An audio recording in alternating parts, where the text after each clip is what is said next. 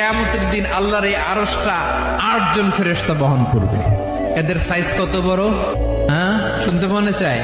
বিষ্ণুই বলেন ওই ফেরেশতার সাইজ আমি দেখে এসেছি, কত বড় শোনো, পুরো সাইজ বলা যাবে না।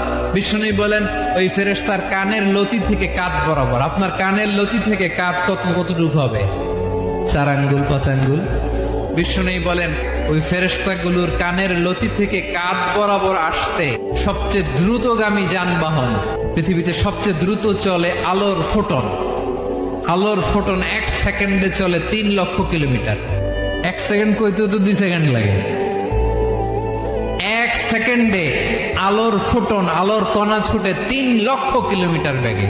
বিষ্ণুই বলেন এরকম যানবাহন দিয়ে যেটা সেকেন্ডে 3 লক্ষ কিলোমিটার বেগে ছুটে, এরকম দ্রুত যদি কেউ ছুটে তাহলে ওই ফেরেশতার কানের লতি থেকে কাঁধ বরাবর আসতে 700 বছর সময় লাগবে।